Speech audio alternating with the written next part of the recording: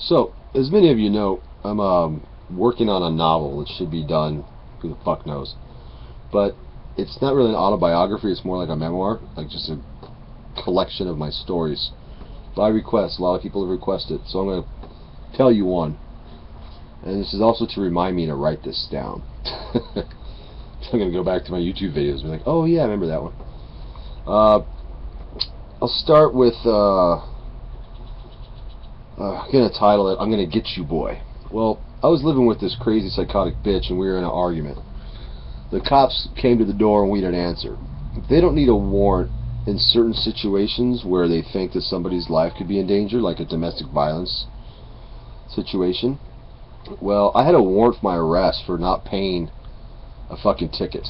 It was petty stuff, you know, but needless to say, I had a warrant for my arrest, and I knew that if I opened the door, I'm going to go to jail, and I didn't feel like going to jail.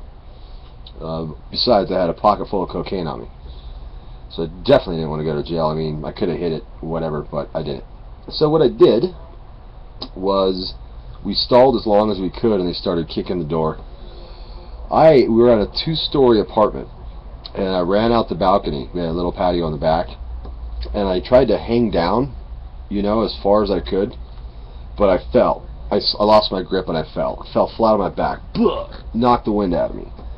And, well, by the time I got up, the cops were already in, and one of the cops shines his flashlight on me.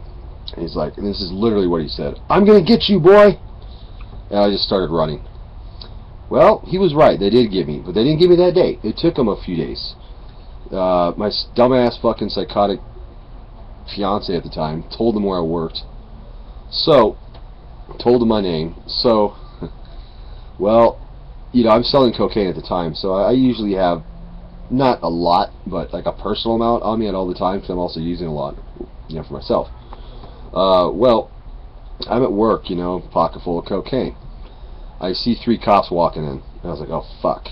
So I was working at AutoZone at the time, selling car parts. So I walked down to the aisle, you know, behind the counter. I walked down and, you know, stuck them in a box of like brake pads and remembered the part number. This is like $50 for the cocaine. I mean, that guy would have scored if he would have bought those brakes. He would have been like, what? You know, did I put these on my brakes? What is this shit? No, put it in your nose. Put it in your face, nigga.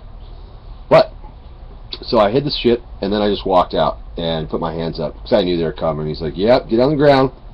You know, and they made a big scene about it. Put me in handcuffs, you know, and they arrested me for the warrant, not for running. And he, as they're walking out, you know, he's like, see what happens when you run from the police? You know, telling people, and I looked at my boss was just shaking his head like face palm, like, you know. I said, Tim, call my girlfriend, let her know I'm going to need to be bailed out of jail. And call my brother. My brother bails me out of jail usually. You know, when we're outside, I'm sitting in the car, and the cops are like laughing and talking about me, like, you know, oh, look how tough we are. And then one cop was, I guess, waiting around the back door, hoping that I would run out of AutoZone, out of the back door.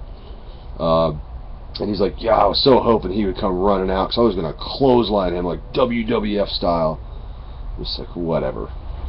But yeah, that's going to be one chapter of my book. Of course, it's going to be a little bit longer, because I had to have a little bit more details and filler, you know, to make it a little bit longer. But this is YouTube, so. Yeah, I'm going to make another one now. Hold on a sec. I'll talk to you later.